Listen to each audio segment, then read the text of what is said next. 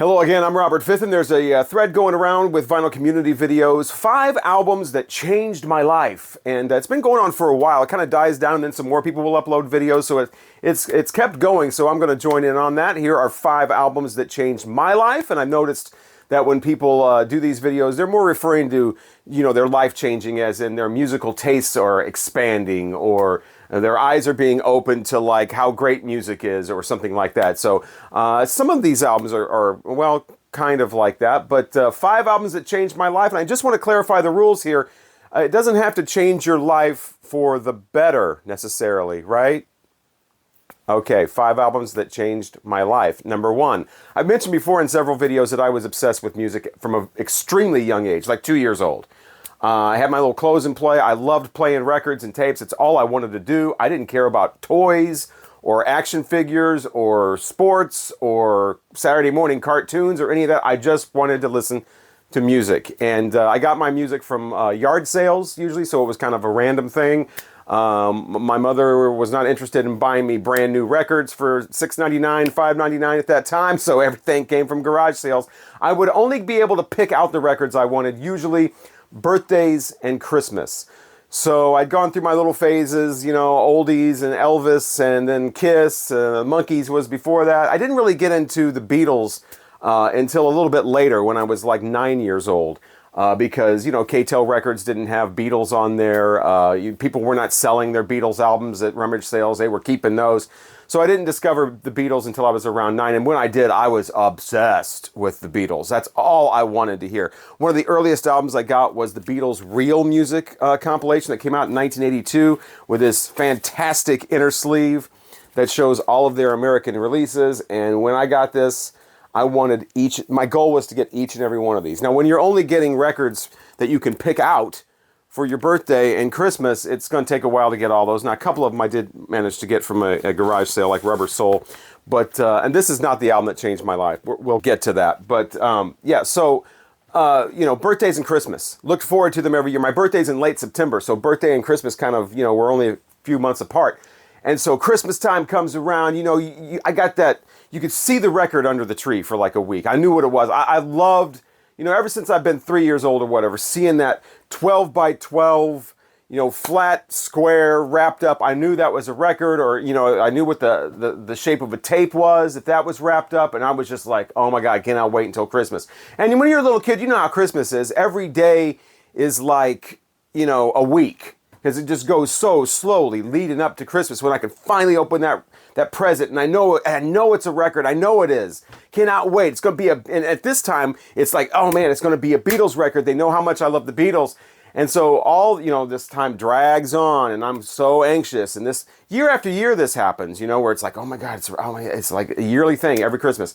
And I usually only got like 1 or 2. And then you'd get the, new socks and some oranges and apples in your stocking, and a toy that I didn't want and didn't ask for, and all this other junk. All I cared about was the record. So open that up. Christmas time is here. Oh my God, finally I get to open that record. I know what it is. It's a record. I don't know what record it is. Open it up that year, and it's the Chipmunks Sing the Beatles Hits. A record that changed my life. I didn't know my family could be so cruel before that. The Chipmunks Sing the Beatles Hits. I don't know whose idea this was, why they just didn't get me a Beatles album. But first of all, what 9-year-old wants anything with the Chipmunks? That's more like a 5-year-old thing. But yeah, the Chipmunks Sing the Beatles Hits, a life-changing record. Because before that, I'd see that wrapped up record or tape under there, and I'd be like, I don't know what it is, but it's going to be a record. That's good enough, man. I'm going to love this. Oh, well, can't wait. Whatever. So after the Chipmunks fiasco, it changed to like, well, I better not get too excited, because I don't know what that record's going to be. It could be Heckle and Jekyll Sing the Van Halen Hits. Hey!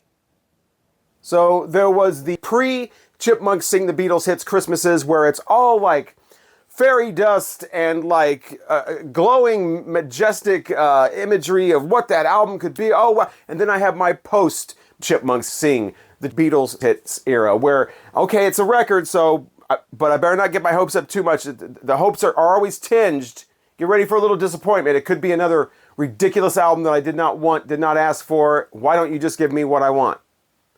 That was a theme for... Why don't you just give me what I want? You know what I want. Why are you buying me games that I'm never going to play? Why are you giving me a baseball mitt? You know, I can't even... Aren't baseball mitts expensive? What the hell? The Chipmunks sing the Beatles hits. Thanks a lot. I remember one person in my family going, well, you could slow it down. It probably sound like the Beatles. No, it doesn't. Tried it. Sounds like a mess. Life-changing record. Number 2 is another... by the way, I don't have that, so that I had to put up the JPEG. I don't know what happened to that record. I probably threw it away or something like that. I don't have record number 2 either. Record number 2 is Bon Jovi, New Jersey. So we're going further along in my musical journey as a young person. 1983 comes along, and suddenly I decide that I want to be into current pop music. Because before then, I was all about, you know, music that was 10, 15 years old. You know, I had, like I said, I had my Elvis thing, and Beatles, Monkees. I was into Kiss. That was current stuff, for, you know, because I got into them about double platinum era. So I was at them with the tail end of the makeup era. So that was only if those albums were only a few years old at that point. But I wanted to get into stuff. I started listening to the radio, top 40, and it was so awesome because 83 was a great year for that. Because there was so much new stuff, so many new artists, all these music videos. We didn't have cable at the time, but, you know, Friday night videos. We had a couple of local video shows. There was a video show called Hot that was on for a while. Used to always, that was appointment watching. I was there for the Friday night videos. And, you know, you had all these people like Cyndi Lauper and Huey Lewis and the News, and you had hard rock, you know, going top 40, like Looks to Kill from Motley Crue. That was awesome. Come On, Feel the Noise from Quiet Riot. Of course, you had Prince. Got obsessed with Prince. Michael Jackson blew up again. Tina Turner came back and blew up. You know, just all of these bands coming out. 83, Talking Heads went mainstream. Your Rhythmics were out. It was just Duran Duran. I mean, it was just endless. And all these different types of music. All these music videos, and I really just dove right in. I would listen to the top 40 countdown shows. I would write down all the songs and the ones I loved. You know, I would put like stars next to, and ones I didn't love. I wanted to get all the tapes. I started getting cassettes, and it's a great time to get into music that was new after doing the kind of the nostalgia stuff. So 83, that went on until about 1988 or so. That's when I started kind of getting bored with it. Music kind of started getting stupid, kind of sucked. All the rock bands started going more pop oriented and getting worried about their hair and makeup and preening in front of the cameras and music videos. The music videos all started looking the same. It was either rock bands on stage doing their rock star poses, or it was these grainy black and white, you know, oh, this is a gritty video. You know, that nonsense. It was like 3 different kinds of videos, and that was it. Whereas in 83, they all looked different. Everybody was doing their own thing. It was all interesting. By the time 1988 came along, it all gotten kind of boring, and I didn't care anymore. I'm going to start listening to other stuff. And Bon Jovi's New Jersey album really encapsulated that, you know, because that was awful. You know, and there was a lot of awful rock and pop coming out by the time 1988 came around, and 1989 was even worse. So I just jumped right off of the top 40 pop thing and went right back into listening to older music again. And thanks to Bon Jovi, New Jersey, I went in and dove into like 70s punk, early 80s punk. I discovered bands like Sex Pistols, the Ramones, the Clash, the Damned, you know, Dead Kennedys, all that. And it was a great time to do that too, because I was a sophomore in high school. And I went back in and started discovering some more older funk from the 70s, more than just the stuff I had as a kid on 45s. So I got really into like older funk stuff. I really dove into more classic rock. I mean, my brother had some that I grew up with, like Steve Miller Band, and you know, he had that Nazareth Hair of a Dog, love that. And Bob Seger was huge. But by the time I was a sophomore in high school, I started getting into like Pink Floyd, early stuff, you know, Led Zeppelin, you know, just the classic rock staples, Black Sabbath, but also the more obscure stuff as well. And I think if it hadn't been for music like Bon Jovi's New Jersey album, and just horrible shit like that, I would not have said, you know, okay, I'm done with all this, and I'm going to start listening to other stuff. And I may have not discovered punk rock or the old funk or whatever at a perfect time, high school. You know, that's when you should discover punk rock. And yeah, glad I did that. So thank you, Bon Jovi, for putting out awful music in the late 80s. And I don't like Slippery When Wet either. But thank you so much. You made me abandon your musical genre and start listening to much better stuff. So thanks again, Bon Jovi. Good luck with your new documentary that makes you look like you're just awesome. Good luck with that. Life-changing album. It really is more of like the perfect example of life-changing music at that time, but we'll go with life-changing album. Number 3, so now we're in the 90s. I've gotten a job in radio. I'm working in rock radio. I have been for about 4 years now. Love it. When I first got in 1995, you know, Kurt Cobain had just passed away. Rock music was changing. Didn't really know what direction it was going. The early 90s were great when I was in college, especially. You had all of this grunge, you had all of this alternative rock, you had all this metal. Death metal was trying to get a little more popular. It was all very interesting, rock music of the early 90s. That's why you just can't say 90s rock, because those are two different things. Early 90s rock is completely different from late 90s rock. And so by the time I got into radio, you know, professional commercial rock radio in 1995, the tide was starting to turn. And all the music was beginning to be awful.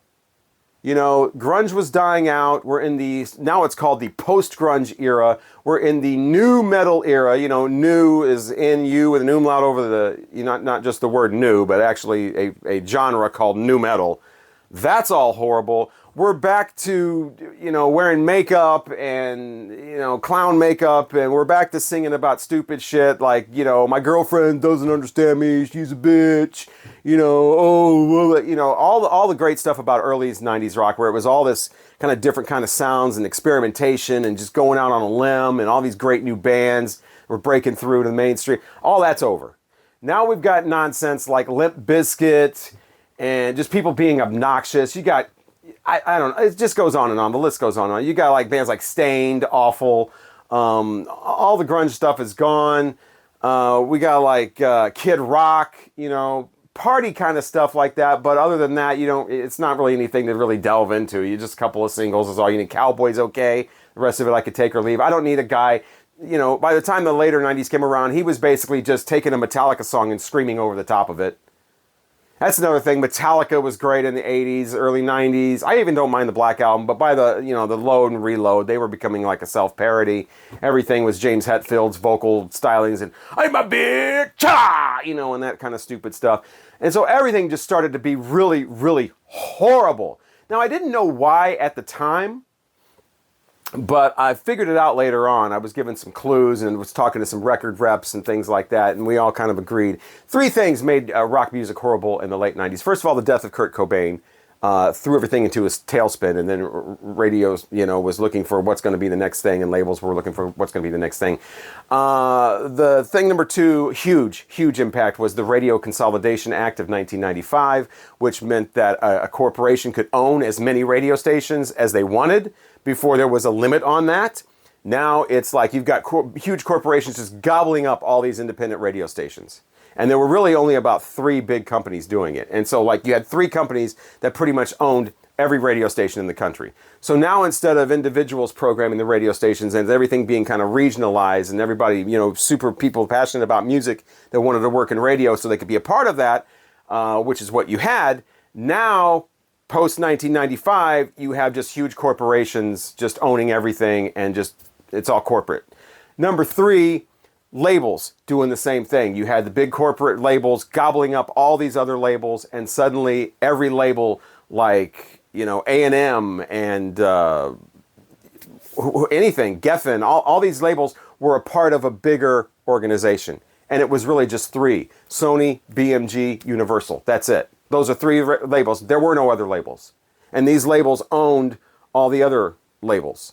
So those 3 things combined together made everything really, really corporate and really, really just boring and bland and dull and soulless. You know, there was no soul behind anything. There's also a political aspect of this. I could do a whole video on why late 90s rock is horrible. There's a political aspect that I'm not going to get into because I don't want to lose 2,000 subscribers, but there was that too. Just think of it this way. If you're a huge corporation, do you really want to promote music like from the early 90s that's all about think for yourself and sort of anti-corporate sentiment and, you know, whatever? No, you don't want to do that. you want to put out schlock like Matchbox 20 and Nickelback that's born in a corporate office. Here's one of the main differences with that. If you look at music like from the early 90s, like rock music, you're talking about a lot of bands that have to really go out and prove themselves in their regional era. They might put out a few independent releases. They work it. They put in their dues. They put in their time. They get a following. And then a major label would come up and sign them, maybe polish them up a little bit, but not change around too much. And then they would go national. That's what happened with a lot of the grunge bands like Alice in Chains, Nirvana, Soundgarden. That's what happened with Meat Puppet. That's what happened with a lot of bands at that time. That's how you did it. Post 1995, 96, they're all corporate bands. So their first album right out of the gate is on a major label and goes multi-platinum.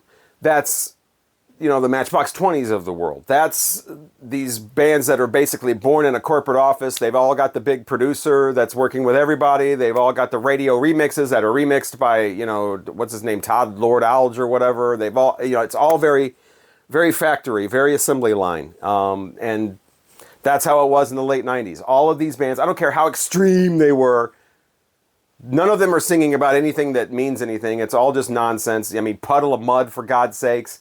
Just shit, just absolute shit. It was all just absolute shit. I thought it was me when it was going on. I'm like, why don't I like any of this stuff? Turns out it wasn't me. The music had changed. And if you want a great, glowing, like visual example of this, look at Woodstock 94 versus Woodstock 99. That tells you everything you need to know. But there was no album and no band that really encapsulates this, sort of like the Bon Jovi New Jersey, more than Creed and the first album, My Own Prison.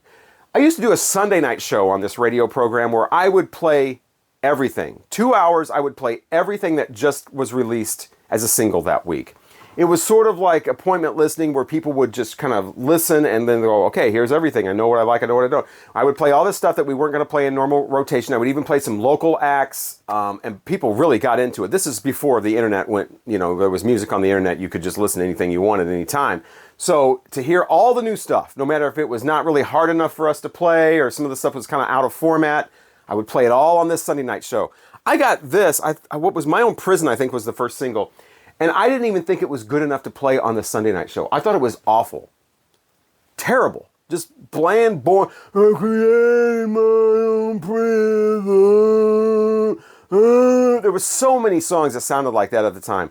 Days of the New was another one. Where the vocal styling, I didn't think there was a word for it at the time. Now I find out there is a word for it. Yarling, which is a great word. Yarling. Yarling vocals. And I finally found a real don't need an excuse. I got this time on my hand. Yeah. It's that nonsense. It sounds like Cher on a 45 slowed down and played at 33. That's what the Creed, the Days of the New, they're all trying to imitate Pearl Jam. Eddie Vedder, pretty much, and they're not doing a very good job. So it's just kind of like guttural, kind of, if I could turn back time, if I could find a way. Just imagine Cher on a 45, played at 33. There's your Creed vocal. This was so horrible. I actually did something really, really kind of naive and immature looking back. I actually got out of radio. Because I thought, and I was so like young and naive, I'm like, I don't like this music, so I'm not going to play anymore, so I'm going to do something else with my life. It didn't work. I went back to college, and I'm like, you know what, I'm going to go back to radio because I know how to do that. I'm really successful at it. I'm really good at it. It's really easy for me. But yeah, this was a life-changing album because this was the last straw. I mean, Linkin Park was awful. Nickelback was awful, whatever, but this was a bridge too far. This was terrible. And so were there other, can you take me high? All of Creed is horrible. And this actually made me quit my job. This actually made me quit my career. But like I said, I got right back into it. The company I worked for had a news station. I started programming that and on the air on that. And that was more of a modern alternative station. But yeah, that was pretty naive and ridiculous to quit your job because you don't like the music. And so it was really life-changing because number one, I quit my career, and number two, when I went back into it, I never was once again I looked at it more like, this is your job, this is your career, this is what you do. You don't have to like the music. You don't have to understand why other people are liking the music. You just have to do your job. You're good at this. This is what you're born for. You're doing it. And so it really was a life-changing album, because that Creed was the last straw. And I do understand why people, if you grew up at that time, why you would like that music. It's because it was forced on you. It was played over and over and over. And this is, you're a teenager, right? It's 1997, 1999. You're trying to be cool. So you're going to get what the radio is telling you is cool. You know, I totally get that. So I'm not insulting you if you're a big fan of a lot of this music and you were a teenager, young adult, you know, in your early 20s at the time, because we forced it on you. We forced it on you. We told you this is what you want to listen to. We told you this is your music. This is what's going to make you cool. And we played it every 5 hours. And so I do not, and believe me, I am not proud of that. I'm not proud of being the one that forced Three Doors Down on people, for God's sakes. But that's how it is. So I do not begrudge anyone who, you know, you listen to Three Doors Down and you're like, oh man, I remember that. I got my first blowjob when I heard that, when that song was playing. I totally get it. So, but you know, there was a lot better music coming out at that time. Record labels just were not allowed to promote it. They had to promote this nonsense, watered down, stupid corporate born, major label right out of the gate nonsense. And in addition to the Creed album, there was one song too that really stood out that made me be like, enough, I'm out. And that was this song called Outside. It was part of the Family Values Tour album. It was a live version. It was an acoustic song, just the dude and a guitar, Aaron Lewis and Fred Durst yelling in the middle of the song. It was awful. It was terrible. It was, I'm on the outside, I'm looking in, I can see through you, and just an acoustic guitar for 5 minutes. And I'm like, other DJs felt the same way. They were like, yeah, we got to play it though. You know, there's big money behind it, so we got to play it if we want to give away that free, you know, trip to wherever, because, you know, payola's dead. There's no payola anymore, right? No, not at all. And so, yeah, like, all the other DJs found their own music to listen to. Nobody was listening to what we were playing ourselves on the radio. It was ridiculous. But I mean, that song in particular was like, just like, what do we do? And then it went like heavy rotation every 5 hours for like 2 months. We would play this. And it's like, what is the deal with this song? It's awful. Why are we doing this? And yeah, it's, you know, because it was big corporate sponsor, whatever, and it was terrible. There's a part where Fred Durst comes on in the middle and goes, yo, yo, yo, Biloxi, this is a real motherfucking deal, yo! This is by far not the real motherfucking deal by any stretch of the imagination. I still remember that. And then once that was, you know, dying down and going recurrent, here comes the studio version with an electric guitar. And we start playing that over and over again. It's like, oh my God, I'm out.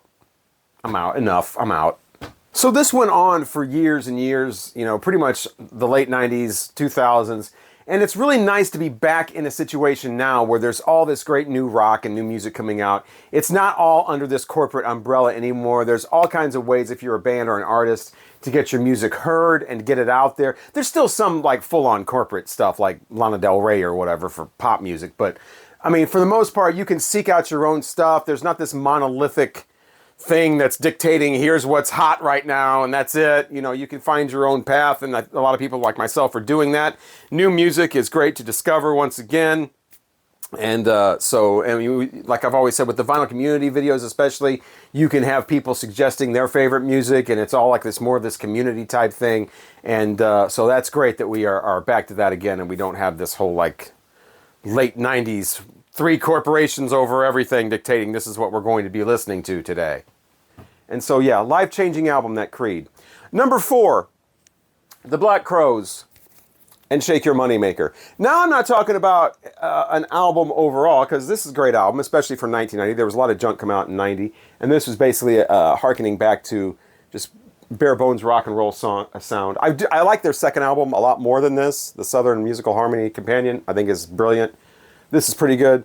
What I'm talking about here, life-changing, is the particular pressing.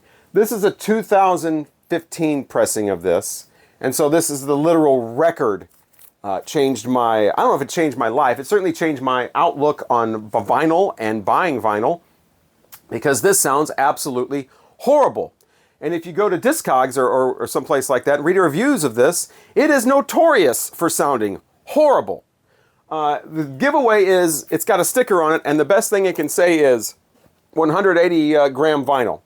I've learned that that's a red flag. If the best thing you can say about a pressing is, well, the record's heavy, then it's probably not going to sound great. And this sounds terrible, this pressing. They have really ruined this album on here. And I don't mean it's lacking a little bit of, of fullness. And no, this sounds horrible. And so when I was starting to get back into buying vinyl right around the time this came out, I was thinking, I wasn't sure if I wanted to do 90s vinyl, because 90s to me are CDs, and I already have all these CDs that I got for free from the radio station. And so do I really want to go double dip and buy records when these were made to be on a CD? Nobody made an album in 1996 and thought, oh, we got to make it for a 12-inch record. No, they were making it for CDs, and this is what everybody had, and that's the way the record was, that's the way the album was intended. And so I wasn't really sure, and this album right here, this pressing, sealed it for me. I'm like, nope, I don't need records that reissues of 90s CDs on records. Nope, not going down that rabbit hole. The CDs are fine. I've got two of them. I've got the 1991. I got the remastered one that came out in like 95 or 96 or whatever. There's the different spines. These both sound much, much, much, much better than that awful vinyl reissue. So that really changed that really didn't change, but it really guided my buying habits when I got back into vinyl. That just, you know what, I'm not interested in reissues of 90s compact discs that are being put on vinyl. So that's why I don't have a lot of those. And the Black Crowes Shake Your Money Maker 2015 reissue sealed that opinion for me. So there are 4 albums that really changed my, at least, buying habits or my life in some way. Some life-changing bigger than others. As for number 5, you know what? I'm going to save that one because I still have a lot of living, hopefully, left to do. And maybe my life will change again by buying records. Maybe I will, have another big change. And hopefully this one will be for the better. And so I'm going, because I like to be optimistic. Shit, you know me. And so maybe number 5. I'm just going to leave number 5 to the future. It's to be announced. Leaving it open. Number 5, still waiting for that life-changing number 5 album to happen. So leaving it on a positive note. Those are my top life-changing albums. Like I said, not necessarily life-changing for the better. I'm Robert Fithen. Make your own video about what albums changed your life if you haven't already. Thank you so much to the vinyl community for starting this thread. I've watched some of those videos. They're great, even though some people's lives were changed for the better with some questionable albums. But, like I said, it's not your fault. That music was forced on you. Thanks for watching. Hopefully I'll talk to you again soon.